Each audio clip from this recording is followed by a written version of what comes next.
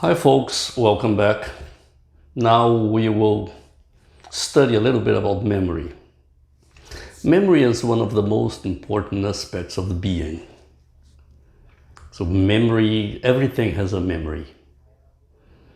Anything that happens twice the same way is a type of memory. Even a door when it closes, so it's a type of memory. So everything in the universe has the potential to have a memory. And memory is so important in our lives.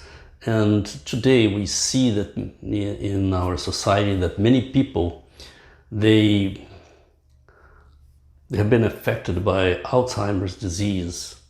And we see how painful it is, especially for the ones who are watching it. The whole process happening and unfolding. So memory is what we are. If I loved someone and I didn't remember that I loved her, would it make a difference? Let's say that we like something, but we don't remember that we like it. Do we really like it? All the social organization is based on memories. Memory is such an important aspect of our lives, of our society. And also, memory, it goes beyond the social aspect. It goes into ourselves. Knowing who we are is the process of identity. If I didn't remember who I am, it could have been said I had lost my identity. So memory is also the soul, the spirit, where we take from this life to the other life. It's the memory. So memories are what the soul, what the spirit is made of. And memory is different from remembrances. Memory is a much broader process than just remembering. Remembering is just one of the aspects of memory. Remembrance, it can be purposeful or unpurposeful. I can remember on purpose, or sometimes something happens and I remember something, even when that I was not even thinking of. Sometimes a song, a scent. Sometimes someone reminds me of something. So being reminded of something is part of memory. But it's not the whole aspect of it. So remembrance is this process that happens either on purpose or occasional, at random. Sometimes we listen to a song and we just remember people that we don't see for a long time. We remember places that we have not been for a long time. We remember situations. It just comes up. So everything that happened is stored in our memory. Whenever that is lost, it is like it had never happened. So this is the process of remembering, is what we call remembrance. So everything that happens at least twice has a type of memory. And there are some certain aspects of memory also, they are not connected with the mind.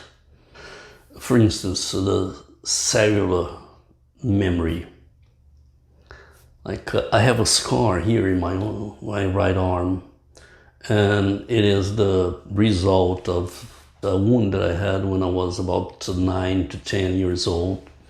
And every time the cells of my skin in this place are remade or reconstituted, it always remembers to keep the scar in this place. So This is called cellular memory. Also, the genetic memory is the memory of the species. Like whenever a human being is formed, it always is formed within a certain pattern. When a kitten is formed, it is formed within a certain pattern. So there's also, that's called genetic memory. And it's all stored in one place, the DNA. So every time something is remade, it's remade within a certain pattern of memory. So that thing, that pattern is memorized within the DNA. There's also complementary memory. Milan Kundera speaks about friendship as a type of memory. He says that friendship is indispensable to man for the proper function of his memory. Remembering our past, he says, carrying it with us always, may be the necessary requirement for maintaining, as they say, the wholeness of the self. So we see that memory is, or we call social memory. So friends are very important. The complementary memory is the phenomenon that happens that I always, or sometimes, I remember something or some situation or some people whenever I'm in front of other person. Certain people remind me of certain situations. Sometimes I go to a place where I lived. So let's say I'm in front of the house that I lived when I was a kid, and suddenly I am reminded of all the situations, all the people that I knew at that time of my life. So this is called complementary because it needs a complement, an outside complement. Couples that live, let's say, for 15 years together, and they get separated, and then when they see each other again, and then suddenly they start remembering, even if they don't tell to each other, but they start remembering things and situations that they lived, and it was triggered by the presence of the other person. So this is complementary. When someone dies, the mourning process is not only for the death of someone. It is, we are mourning also all the memories that are lost and cannot be recovered because the dead one took part of our memories with it. So when we mourn over someone's death, we are acknowledging that a part of us is gone forever. So this is complementary. We need someone or something to trigger the memories within ourselves. And there's a very special type of memory called recall. Recall is on purpose memory. Is the process of remembering what we want when we want or when we need it. So this is the type of memory that we use to learn to, when we are taking a test, when we are doing our professional jobs. What is a good professional? Is someone who remembers very well everything that he learned, all the techniques that he learned. What good would be of a great surgeon if at the time of the surgery, when he is doing the operation, if he forgot what he was going to do, if he forgot his techniques. So recall is what brings to us whenever we need what we need, or whenever we want what we want. So this is called recall. This is a special type of memory, which is the special type of memory that we use most commonly or most often. The memorization process is made up of 3 different stages. The first stage of memorization is to record. The second is to store. And the third is to retrieve. We do record everything that comes into our field of perception through any of the 5 senses. So everything that comes into our perception is recorded into our brain.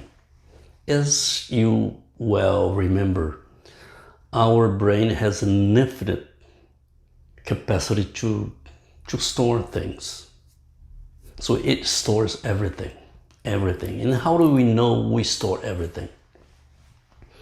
Sometimes a lost memory of something that happened long ago or just a while ago that we were not even paying attention to, it pops up into our conscious mind and we remember something. Why are we remembering that? Because it's stored. And if it is stored, it might just pop up into our conscious mind. So this is the recording process. The most critical of the 3 stages of the memorization process is the storage process. It's the way that we store the information that will allow us to retrieve it with easily or with difficulty. So this is the most critical of all the process. Just think of how nice it would be if we had shelves in which we placed our memories and we took note of it, or we make an inventory of it and put all indexed all those information, and whenever we needed, we just went there and found it. So this is what happens inside. The mental organization of this in the storage process will determine the ability to retrieve more easily the information. People who have a very good information, what they do have is a very organized method of storage of the information. So storing the information, it's the key for the retrieval. And the third stage is the retrieval stage. It's the end process. It's the purpose of everything. We do store information, we do record information and store information to retrieve it. That's the purpose of it, to have the information when we need it or when we want. So it all depends on the way that we store the information. So the storage is the key for the retrieval.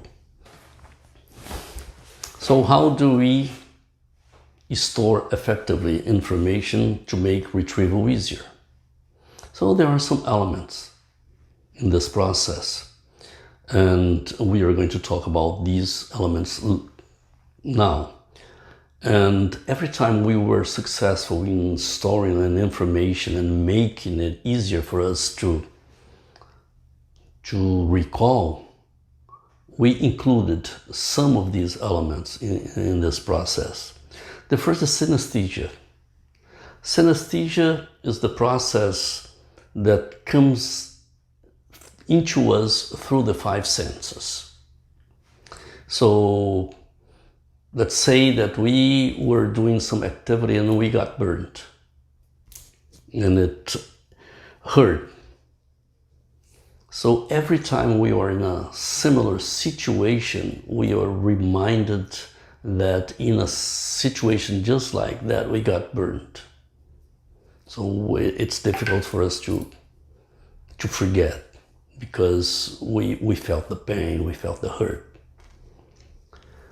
If by accident we stick our fingers into an electric outlet and we get a shock, so every time we come close to an electric outlet, we are reminded of what happened to us, because this aesthetic memory is very strong.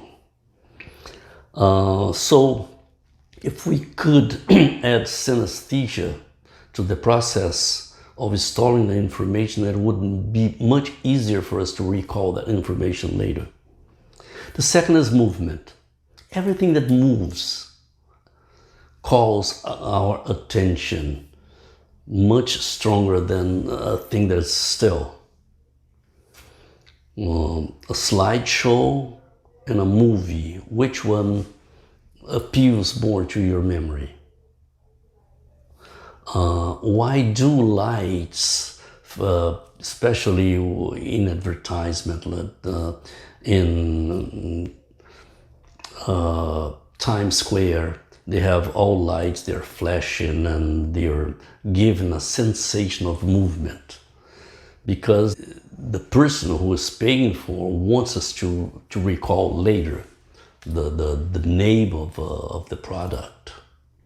So everything that moves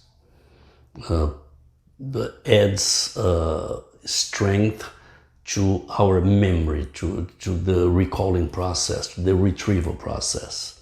So if we could add movement to the information that we are storing, that will make much easier for us to recall that information later. Association. Association is the simplest and most common of all the processes of memorization. So most of us associate something with other things to make it easier for us to remember. That's what we call mnemonics. So some people, they create phrases that makes it easier for us to remember. So that is it.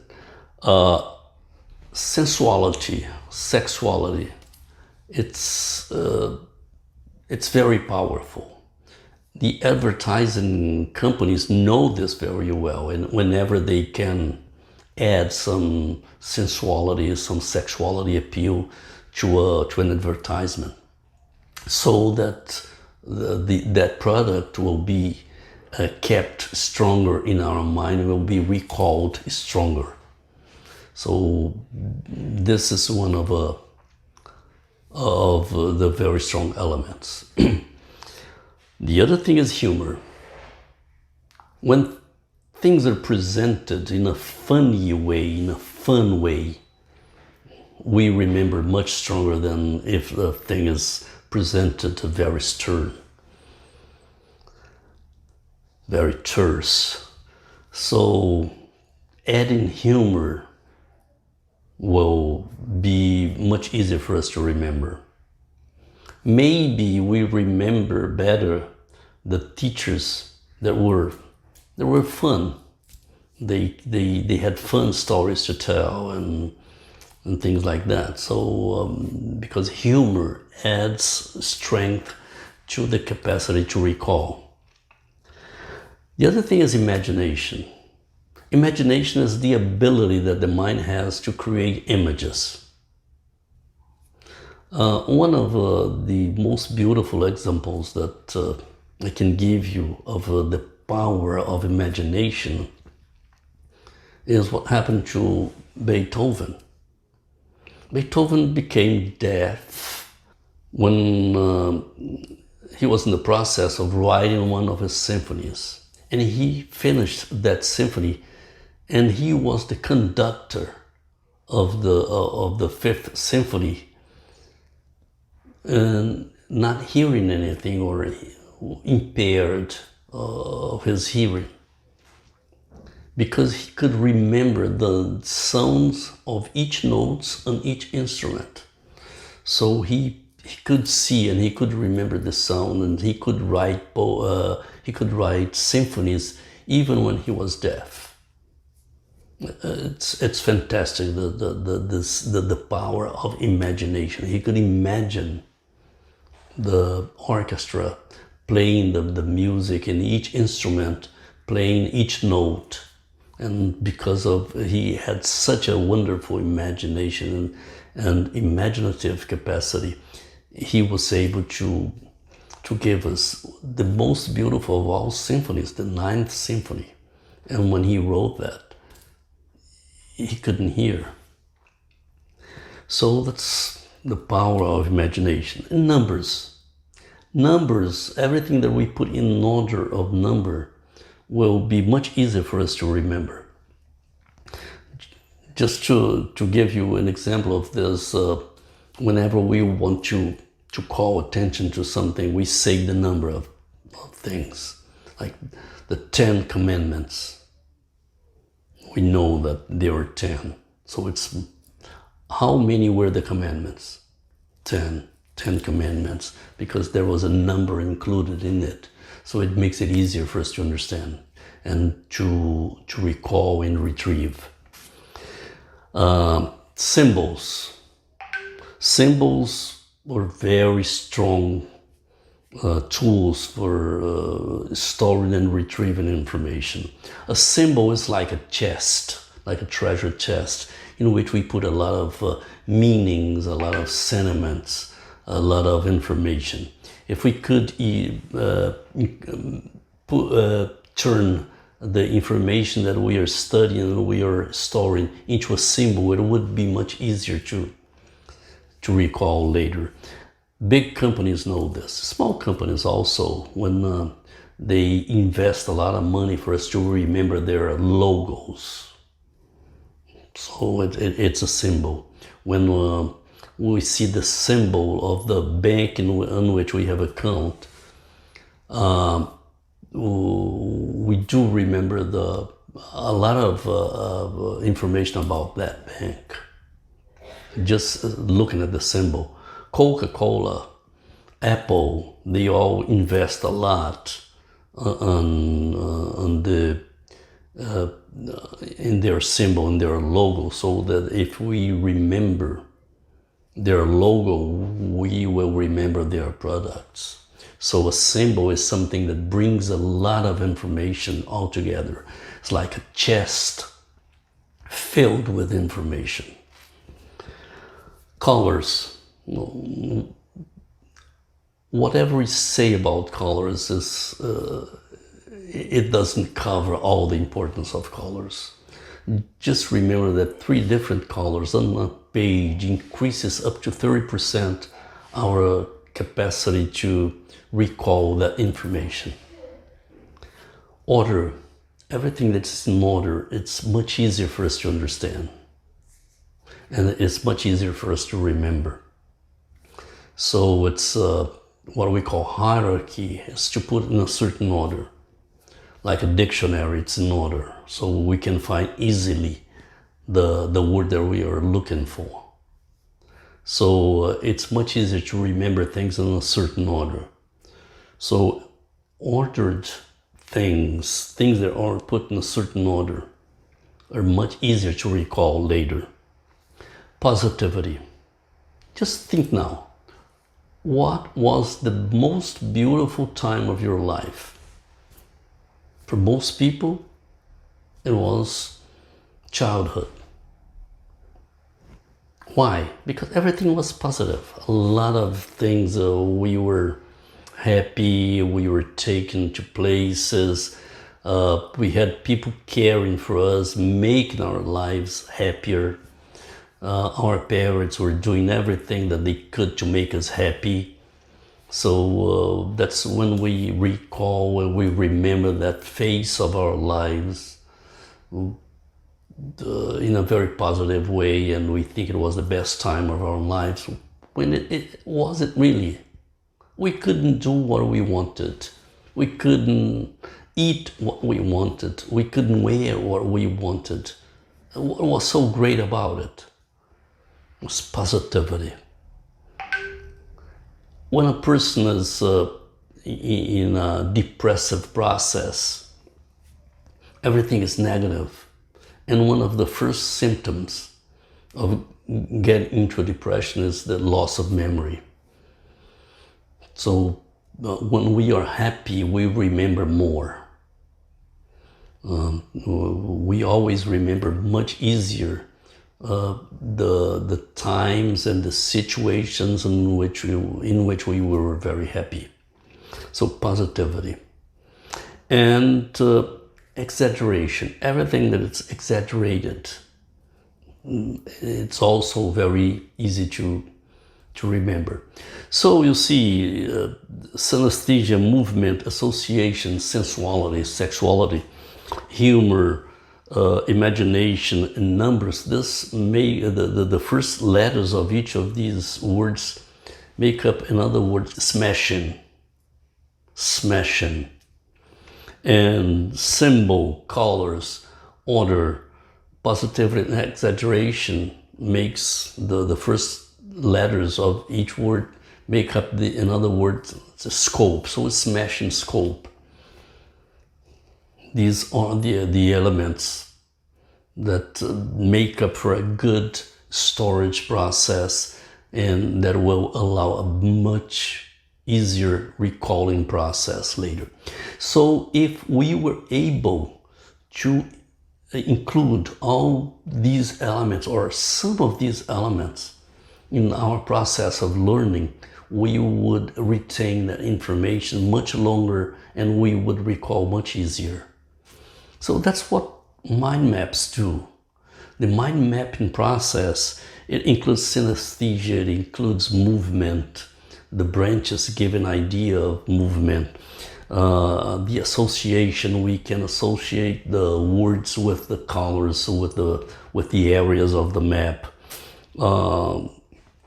We can include some sensuality and some sexuality also in the process, and humor and imagination. Use our imagination. Numbering the branches. Symbols, instead of using words, we can use symbols. Colors, so the map is, the mind map is colorful. It has to have at least 3 colors per page. So the information, it's in a pattern. That is the order of the information. So we break up in details, but we go from one point, from a certain pattern to another point, following that pattern that we talked about just a while ago. And we feel positive when we are understanding more and keeping more in our memory. And of course, we can do some exaggeration. Sometimes we write a word in large letters or in tiny letters, so to make it exaggerated.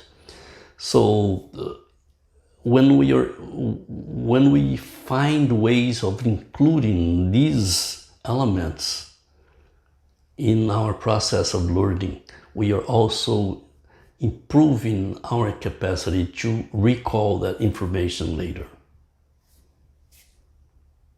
See you